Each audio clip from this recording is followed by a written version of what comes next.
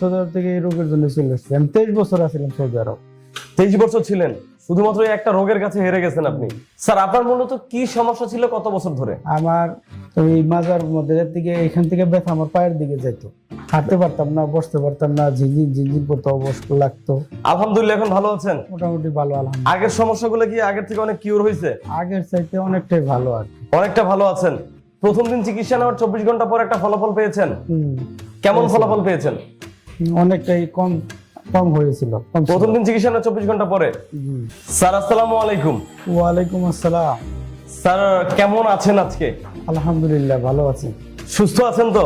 আলহামদুলিল্লাহ। কতদিন চিকিৎসা নিয়েছেন এখানে? আমি এবার এটা নিয়ে 7টা চলতেছে। সপ্তম সেশন, মানে সাততম সেশন চলতেছে। জি। এই সমস্যা নিয়ে অনেক ওষুধপাতি খাইছি আমি। এই আপনার মামিসিংহে এমআরআই করছি, ওষুধ খাইছি ডাক্তারের। আমি একটা ইঞ্জেকশন নিছি। আর সিরাজগঞ্জ একটা হসপিটাল আছে ইনাদপুর, ওখানে চিকিৎসা নিছি। অনেক টাঙ্গাইল চিকিৎসা নিছি। তো ফেসবুকে স্যারেরই দেখা তারপর এখানে আসা। কিন্তু কোনো ফলাফল পান না আগে যেখানে চিকিৎসা নিয়েছেন? না, ওই ওষুধ খাইলে ভালো লাগতো, আর এখানে কোনো ওষুধ খাওয়া লাগে না। এখানে তো ওষুধ লাগে না, ওষুধ ছাড়া চিকিৎসা হয়েছে। কোনো ওষুধ খাই না। স্যার আপনার নামটা যদি একটু বলতেন। আমার নাম মোহাম্মদ শফিকুল ইসলাম।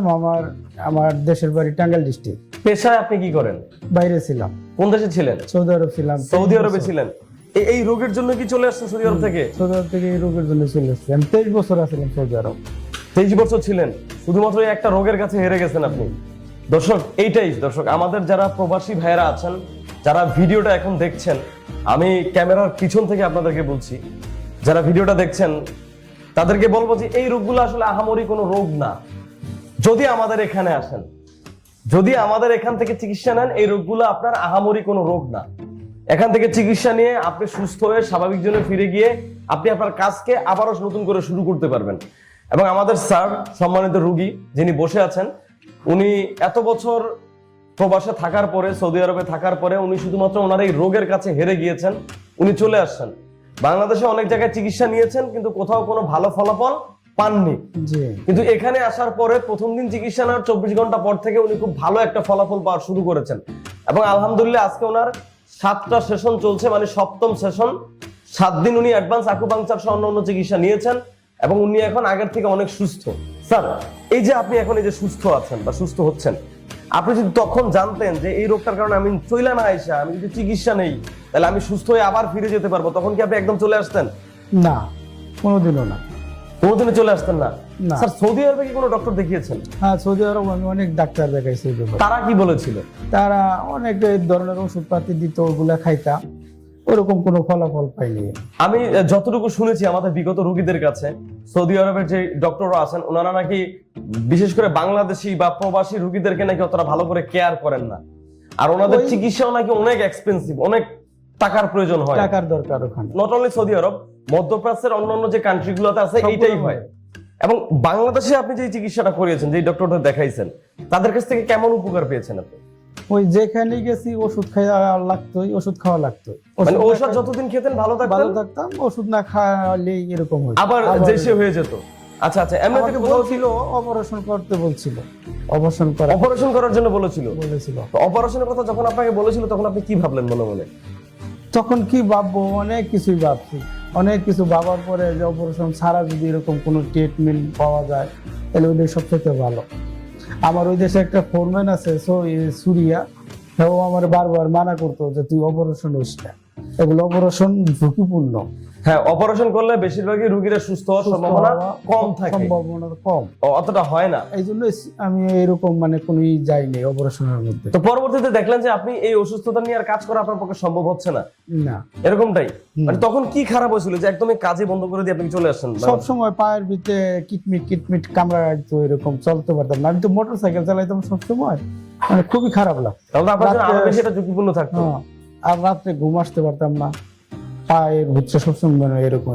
এই যে আপনারা প্রবাসী রেমিটেন্স যোদ্ধা, আমাদের দেশের সম্পদ, আপনারা ওখান থেকে রেমিটেন্স পাঠাতেন বলেই আমরা আমাদের দেশের স্বাচ্ছন্দ্যে বা শান্তিতে থাকতে পারতাম, যেটা সত্যি কথা। মাঝখানে বাংলাদেশের রেমিটেন্স বন্ধ হয়ে গেছিল, যে বন্ধ করে দিয়েছিল, তখন সবকিছুর দাম অনেক বেড়ে গিয়েছিল। আপনাদের রেমিটেন্সে আমাদের বাংলাদেশ সচল হয়।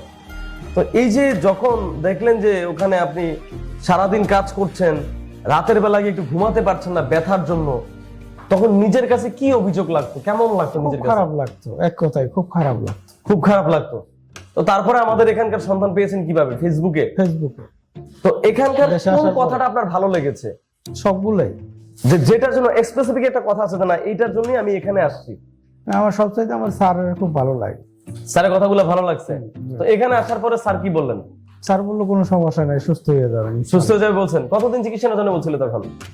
বলছে মানে এখানে থেকে 1 মাস থাকার কথা বলছিল। আমি তো থাকতে পারি না, টাঙ্গাইল থেকে আসি প্রতিদিন, এই সপ্তাহে 1 সপ্তাহ পর পর আসি। আচ্ছা আচ্ছা, আপনাকে কি জোর করা হয়েছিল যে এখানে ভর্তি থাকতে হবে, না না না, আপনি এসে যা চিকিৎসা নিলে ভালো পাবেন না? কোনো জরুরি করা হয়নি, আমি যা বলছি তাই। যা বলছেন তাই সেভাবে চিকিৎসা দিচ্ছে এইভাবে আপনাকে? দিচ্ছে আমাকে। আচ্ছা আচ্ছা, স্যার কি প্রথম যেদিন স্যারকে দেখাইছেন স্যার কি আপনার কাছে কোনো ভিজিটিং ফি নিয়েছিল? কোনো টাকা পয়সা নেই। কোনো ভিজিটিং ফি নেয় না? না না না না। বা কোনো টেস্ট দেয় না আপনাকে, জানে সেই টেস্ট লাগবে? না না না, এরকম কোনো কিছু বলে কোনো টেস্টও দেয় নাই? না না। এখানকার যে চিকিৎসা খরচটা আপনাকে দেওয়া হয়েছিল, এটা কি আহামরি অনেক বেশি খরচ? না, অনেক কি কম, অনেক অনেক কম খরচ অন্য জায়গার তুলনায়। জি। যাক, শুনে খুব ভালো লাগলো স্যার।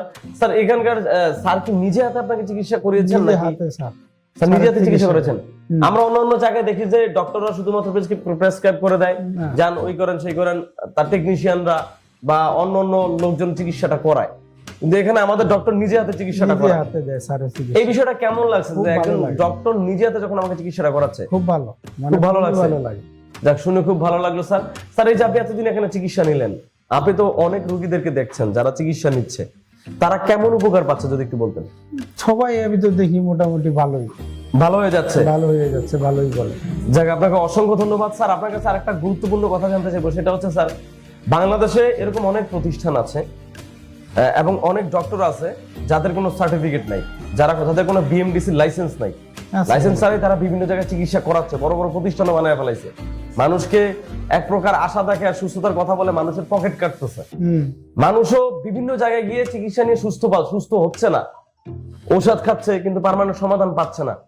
সেই সকল রোগীদের জন্য আমাদের এই ডক্টর রাশেদ অ্যাডভান্স আকুপাংচার সম্পর্কে তাদের আপনার কি বলার আছে? আমি তাদেরকে বলবো, সবাইকে বলবো যে এখানে আইসা আমার স্যারের কাছ থেকে চিকিৎসা নিলে সবচেয়ে ভালো হবে। আল্লাহ পাক সুস্থতা দান করবো। অন্তত একদিনের জন্য হইলো চিকিৎসাটা নিয়ে দেখুন। এখানে আসার দরকার সবারই।